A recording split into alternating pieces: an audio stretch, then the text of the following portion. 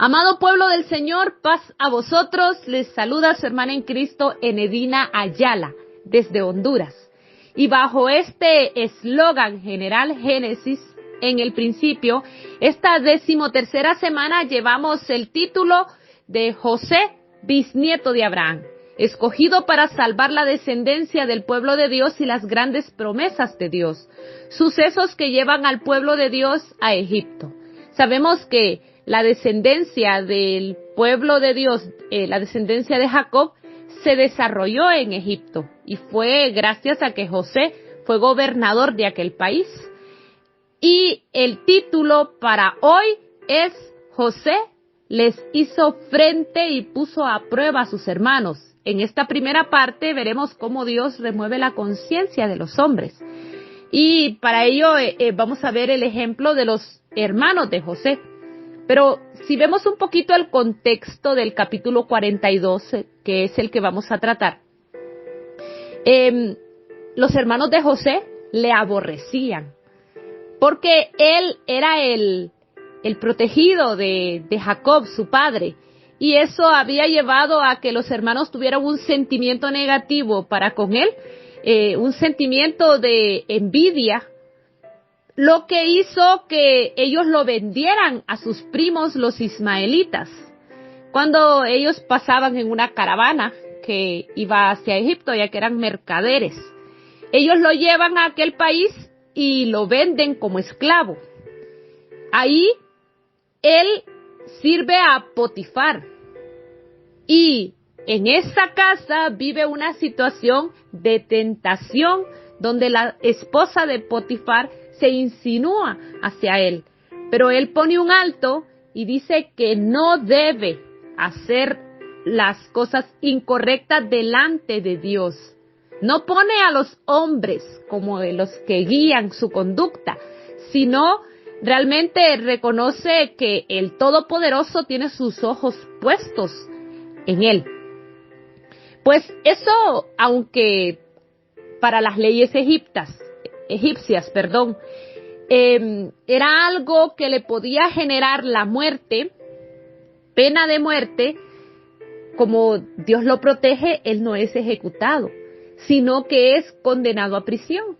Ahí conoce al jefe de los coperos, al jefe de los panaderos, les revela el sueño que ellos tienen, ya que Dios le ha dado revelación de sueños a José, y el jefe de los coperos, cuando se cumple la revelación que él le hizo, se olvida de hablar de José ante Faraón, lo que él mismo le había pedido, porque él creía que era bueno que se reconociera la injusticia que habían hecho en su vida. Y hasta aquí, en ningún momento José ha mencionado a sus hermanos como los culpables, no los acusa de lo que él está viviendo, de todas circunstancias. En ese espacio de vida donde él está en Egipto sufriendo diferentes situaciones, no hay nada que ver con los hermanos de José. Él no dice, estos me vendieron, él no hace memoria de ese sinsabor. Y es donde entendemos que el corazón de José está lleno de amor. No por gusto, Pablo en 1 Corintios 13 hace alusión a cómo es el amor. El versículo 4 y 5 dice que el amor es sufrido, es benigno, no tiene envidia, el amor no es jactancioso, no se envanece, no hace nada indebido, no busca lo suyo, no se irrita, no guarda rencor. Y ahí vemos la presencia de ese amor en el corazón de José, quien supera cosas negativas, destructivas de sus hermanos con paciencia, con bondad. Él sabe que eso es importante, lo que nutre las verdaderas relaciones y que evitan la envidia, la ostentación, la arrogancia, la ira, el mal. El amor provee estabilidad en la familia y es eso lo que debemos ver, un amor perdonador, un amor protector, un amor lleno de la justicia divina, no de la justicia de los hombres.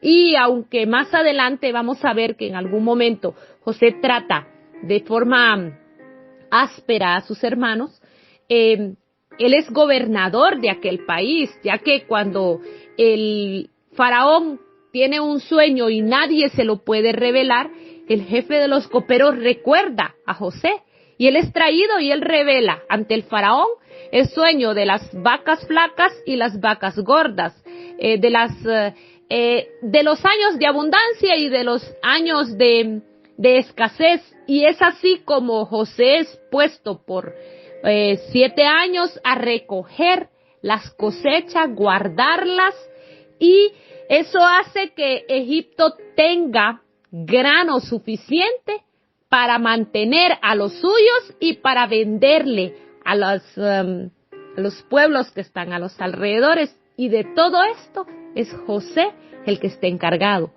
Pues cuando llegan sus hermanos, hay un trato un poco áspero, un poco grosero, pero en realidad no es que él tuviera sentimientos de venganza, sentimientos negativos, sino más bien que es una forma en la que él quiere que ellos tomen conciencia del mal que han hecho. Vamos a leer un poco el relato, porque cuando José se entera que había suficiente comida en Egipto, él les pide a sus hijos que vayan y que compren allá. Él se preocupa por el bienestar físico de su familia, por qué van a comer, por el sustento. Y ahí está ese sentimiento de conciencia despertando la preocupación para cumplir siempre los propósitos de Dios. Versículo 1 y 2 dice: viendo Jacob que en Egipto había alimentos, dijo a sus hijos: ¿por qué os estáis mirando? Y dijo: he aquí que yo he oído que hay víveres en Egipto, descended allá y comprad de ahí para nosotros, para que podamos vivir y no muramos. Estamos hablando muchos años después de que José es vendido a Egipto. Eso significa que los hermanos de José realmente no habían madurado como para ser ellos los que hicieran la propuesta de: en Egipto hay víveres, vamos a comprar, sino más bien su padre tiene que seguir incitándolos, motivándolos para que hagan las cosas de forma sabia. Y así es que los hermanos de José llegan a Egipto. Versículo 3 y 4, y descendieron los 10 hermanos de José a comprar trigo a Egipto. Mas Jacob no envió a Benjamín, hermano de José, con sus hermanos, porque dijo: no sea que le acontezca algún desastre. Parece que Jacob, no confía en sus hijos, ya que protege a Benjamín. Recordemos que José y Benjamín son hijos de la misma esposa de Raquel, la esposa más querida de Jacob. Y continúa el relato, versículo 5 al 20. Vinieron los hijos de Israel a comprar entre los que venían, porque había hambre en la tierra de Canaán, y José era el señor de la tierra, quien le vendía a todo el pueblo de la tierra. Y llegaron los hermanos de José y se inclinaron a él rostro a tierra. Y José, cuando vio a sus hermanos, los conoció, mas hizo como que no los conocía, y les habló ásperamente, y les dijo: ¿de dónde habéis venido? Ellos respondieron: de la tierra de Canaán, para comprar alimentos. Vemos aquí un trato duro. Y usted puede pensar, a lo mejor no los había perdonado, por eso los trata así. Pero el propósito a lo mejor pudo haber sido el saber cómo estaba su padre, el descubrir el verdadero estado de la familia. Si estos vienen aquí a comprar granos, significa que también hay pobreza en aquel lugar. Y también está el propósito de parte de Dios de producir el verdadero arrepentimiento en el corazón de aquellos hombres. Y aunque la situación no es nada agradable, la verdad muchas veces no nos es agradable. No la queremos escuchar, no nos gusta, nos produce un sentimiento de sacudida, de dolor en nuestro corazón, y por eso hasta la rechazamos. A veces las personas que nos están diciendo la verdad nos molestan. Decimos que no nos caen muy bien, porque no nos gusta, pero debemos entender que la verdad es sana, porque la verdad viene de parte de Dios. Y José fue duro no porque no conociera a sus hermanos, él los conoció, ni porque tuviera falta de amor. Él, ya vamos a ver más adelante, los perdona, realmente los abraza. Él tiene el propósito de verles con amor. Y no era también por un espíritu de venganza, porque él no toma represalias contra sus hermanos. Era para hacer saber que necesitaban aquellos palabras groseras o ásperas de parte de Dios, para que nosotros pudiéramos entender eso, y eso lo lleva al arrepentimiento. Y así también él descubre cuál es la situación de ellos, si de verdad se habían puesto mal cuando habían hecho algo equivocado para con él. Pero hay ahí un llamado de conciencia para los hijos que cometen errores. Dios los trae de regreso. Dios es perdonador. No importan los males que se cometan, Dios quiere juntarnos como familia de creyentes. Quiere tenernos a todos juntos sin importar los errores que cometamos. Él no nos abandona, Él nos abraza, Él realmente quiere todo nuestro bienestar, nuestra protección. Los hermanos de José, delante de este hombre, del gobernador, están ahí sin saber que es su hermano. Pero ese trato áspero y esa humillación es la forma en la que reciben un llamado a su corazón. Y ellos, esa forma grosera en la que Él les habla, es lo que les permite reconocer que hicieron algo malo, sin saber que es José. Lo relacionan con José. Versículo 8. José pues conoció a sus hermanos, pero ellos no le conocieron. Entonces se acordó José de los sueños que había tenido acerca de ellos. Y les dijo: espías sois. Por verlo descubierto del país habéis venido. Ellos le dijeron: no, Señor nuestro, sino que tus siervos han venido a comprar alimentos. Todos nosotros somos hijos de un varón, somos hombres honrados. Tus siervos nunca fueron espías. Pero José les dijo: no, para haberlo descubierto del país habéis venido. Y ellos respondieron: tus siervos somos 12, hijos de un varón en la tierra de Canaán, y he aquí el menor está hoy con nuestro padre y otro no parece. Y José les dijo: eso es lo que os he dicho, afirmando que sois espías. En esto seréis probados. Vive Faraón, que no saldréis de aquí, sino cuando vuestro hermano menor viniere aquí. Enviad a uno de vosotros y traiga a vuestro hermano, y vosotros quedad presos, y vuestras palabras serán probadas. Y si hay verdad en vosotros, y si no, vive Faraón, que sois espías. Entonces los puso juntos en la cárcel por 3 días, y al tercer día les dijo José: haced esto y vivid. Yo temo a Dios. Si sois hombres honrados, quede preso en la casa de vuestra cárcel uno de vuestros hermanos, y vosotros id y llevad el alimento para el hambre de vuestra casa. Pero traeréis a vuestro hermano menor, y serán verificadas vuestras palabras, y no moriréis. Y ellos lo hicieron así. Vemos a José enfrentando a sus hermanos y poniéndolos en una situación donde les hace ver quién es él, el cargo o el rango de autoridad que él tiene. Sus vidas están en sus manos. Y es que en el versículo 7 dice que José, cuando vio a sus hermanos, los conoció, mas hizo como que no los conocía y les habló ásperamente y les dijo, ¿de dónde habéis venido? Y ellos respondieron, de la tierra de Canaán para comprar alimentos. Pero vemos ahí en ese trato áspero, en ese trato fuerte que él tenía, es porque también recuerda cuando él tenía sueños, se los revelaba y sus hermanos no creían lo que estaba pasando. Y él dice que recuerda los sueños, pero no lo recuerda para hacerlos sentir mal, sino que recuerda cómo se cumple la palabra de Dios, cómo ellos se inclinan delante de José y no le conocen, no saben, pero están ahí cumpliendo las palabras, las revelaciones que Dios hacía a José.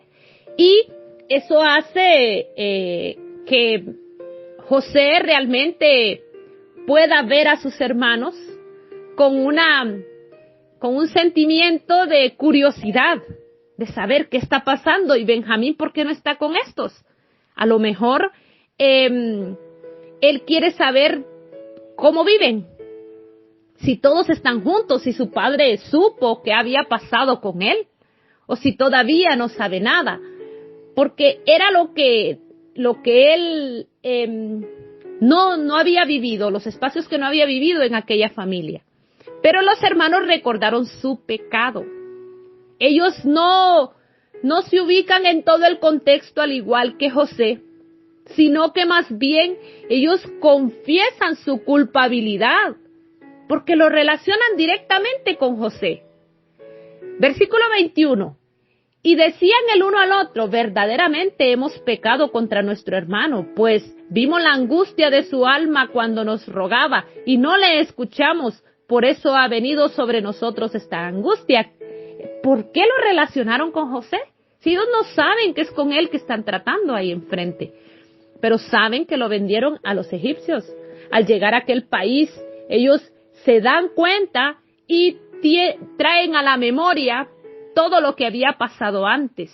Dios remueve la conciencia ahí usando la culpabilidad y también la angustia, porque se sintieron realmente angustiados.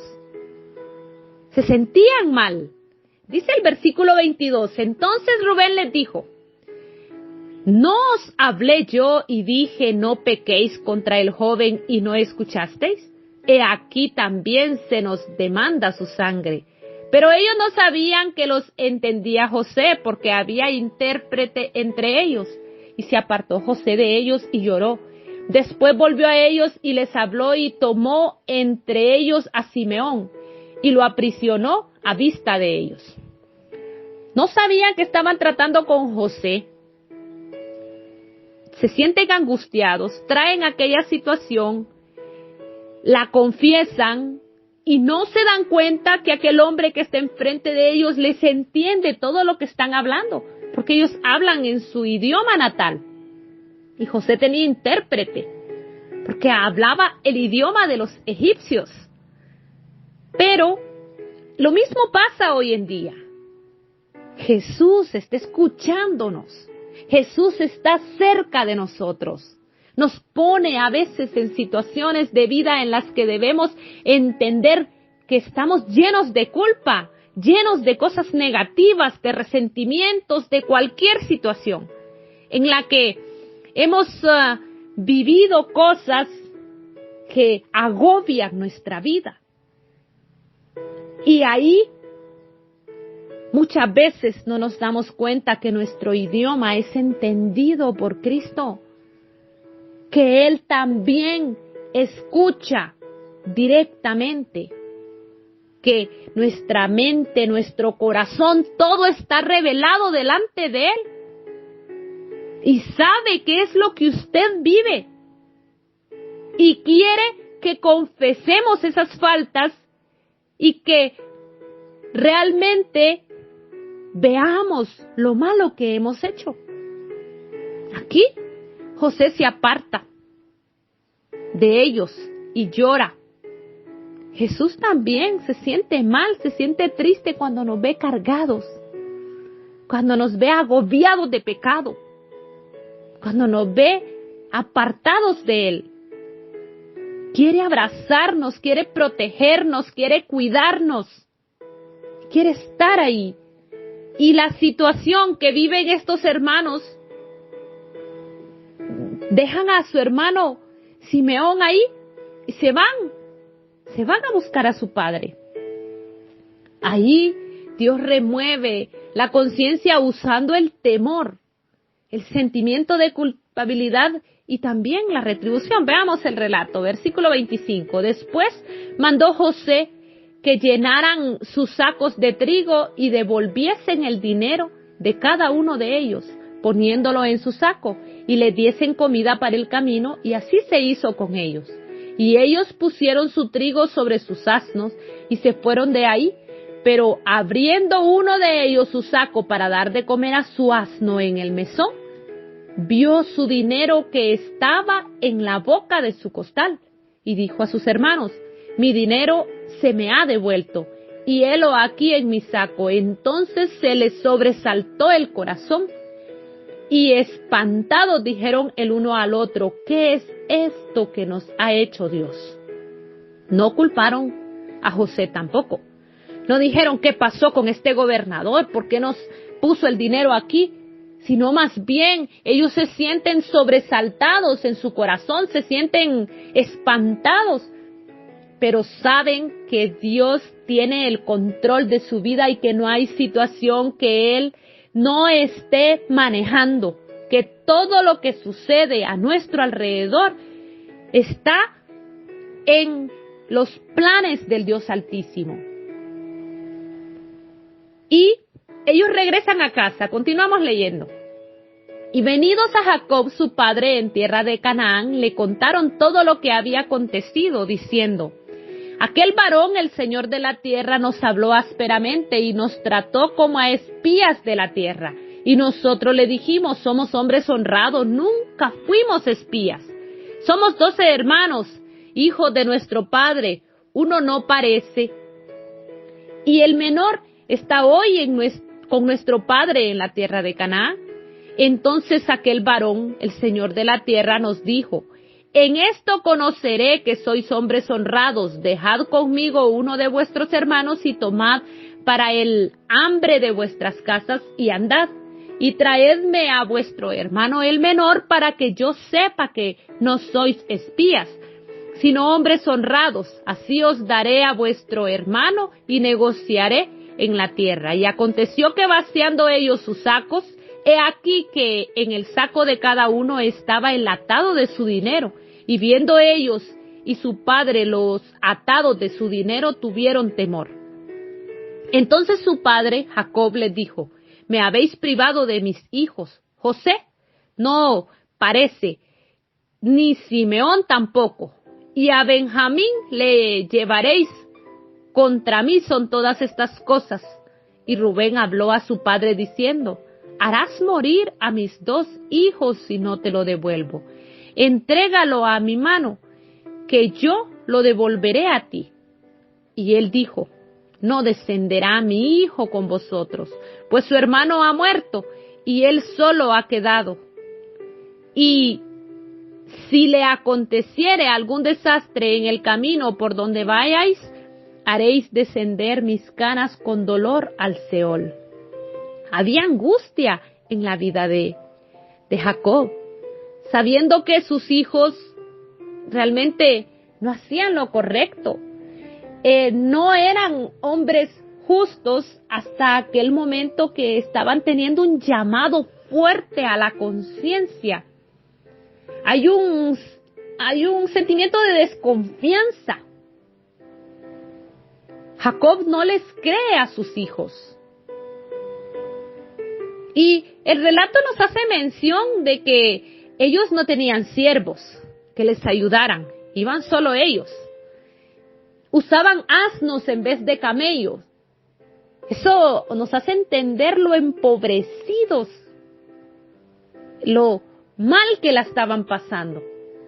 Y en medio de todo aquello, no se habían arrepentido. No habían tenido un llamado fuerte de atención. Su padre lo que les dice es que no confía en su palabra. Rubén le tiene que prometer a sus hijos Los tiene que depositar en sus manos y decirles incluso que hasta los puede matar si no los devuelve. Porque no tenían credibilidad sus palabras. Dios cumple sus promesas, Dios cumple su palabra, pero debemos venir a sus manos. Y así como le sucedió en la vida de José, en la vida de su familia, esas experiencias Dios las utilizó para remover la conciencia mediante la confrontación del pecado. Así también debemos entender que toda situación que estemos viviendo es para que de verdad nos arrepintamos, declaremos delante del Dios Altísimo nuestra verdadera condición de vida. Dios nos perdona, nos hace aceptos, es su gracia, su amor, su protección y su cuidado el que está con nosotros. No lo veamos como poco. Entendamos esto, estamos viviendo un acontecimiento hermoso para el pueblo del Señor. La iglesia de Dios hoy celebra un evento que hace reconocer que Cristo murió en aquella cruz por nuestros pecados, que es su sangre la que nos ha limpiado, que es ser parte de su cuerpo, lo más hermoso, lo más sagrado que podamos vivir, que Él está ahí deseoso de que podamos siempre estar en sus brazos, siempre estar en su cuidado, pero que nuestros pecados hacen un abismo grandísimo entre Él y nosotros, y que debemos reconocer esas faltas para que Él las limpie.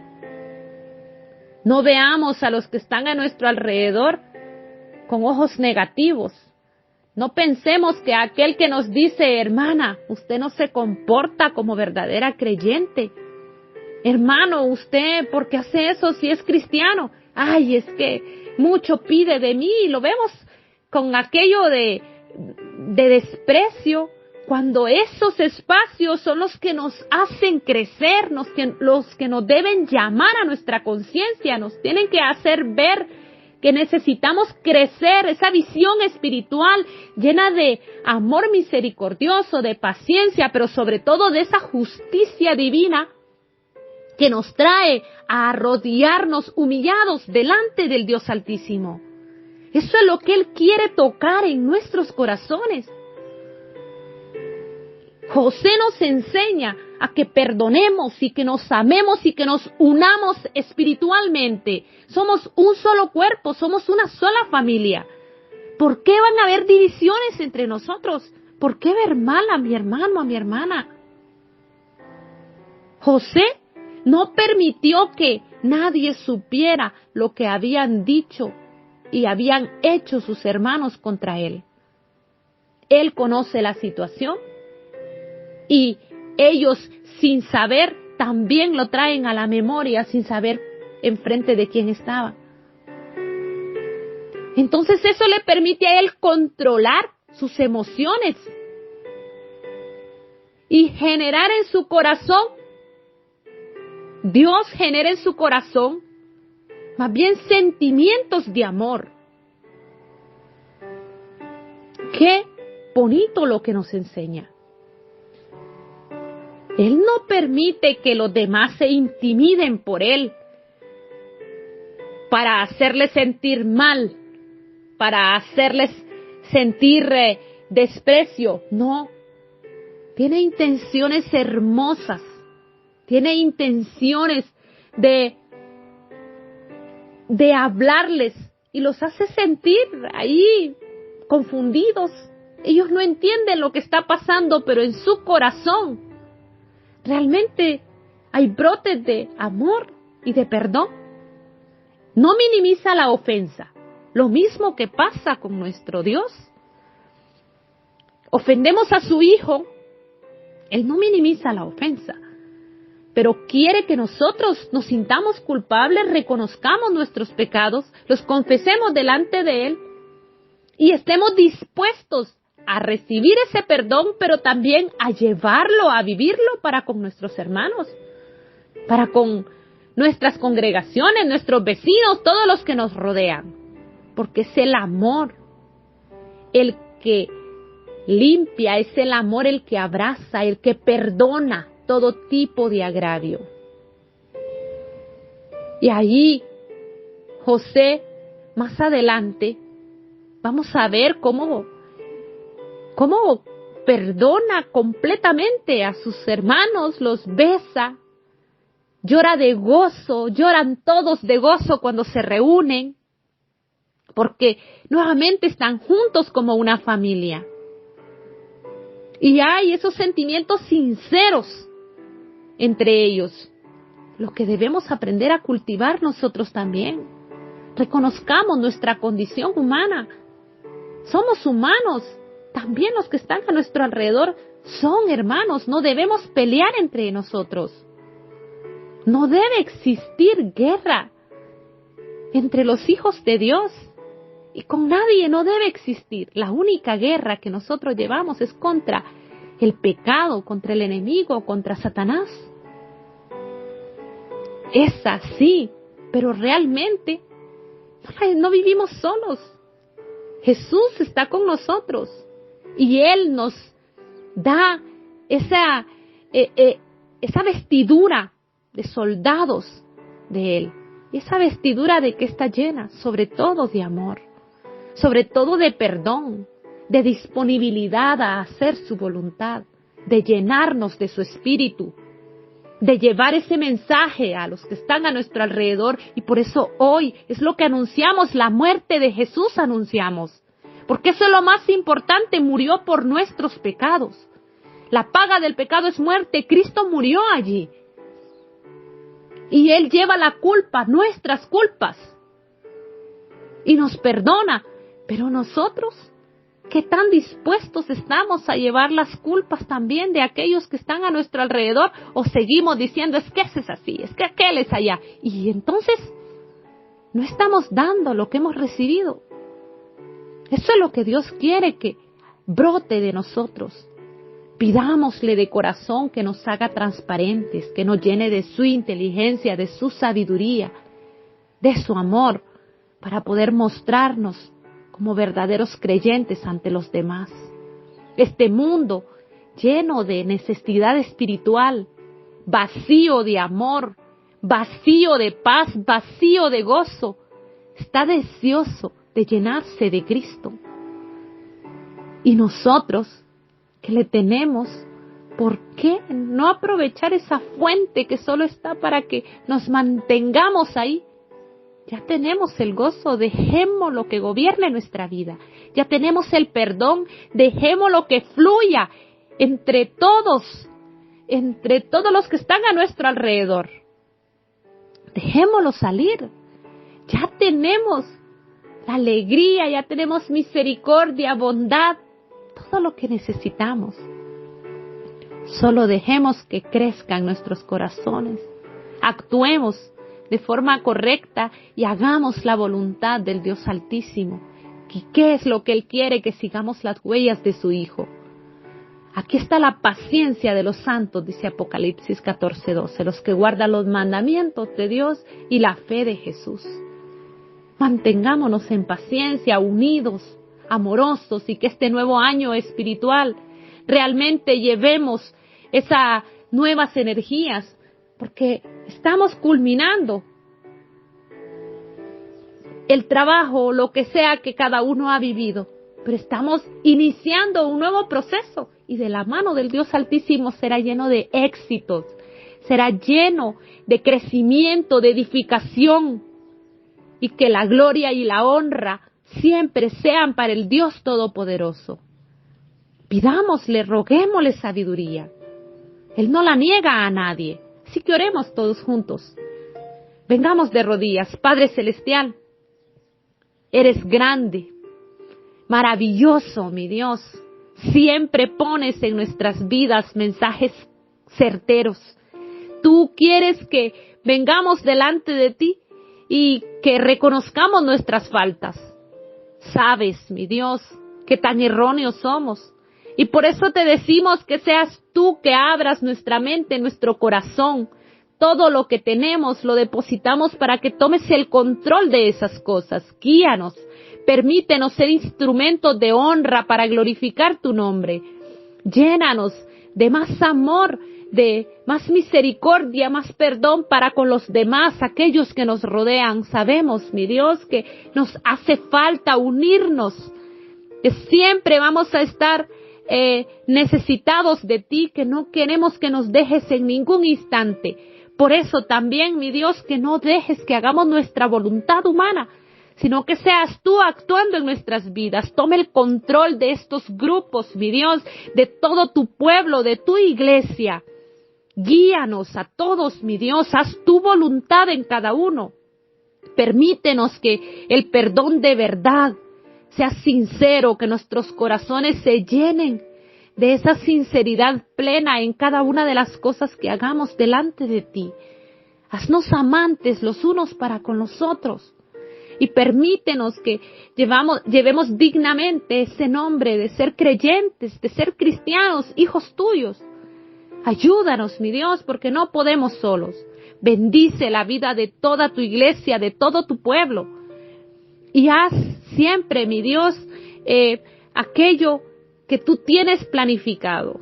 Solo permítenos tener paciencia también.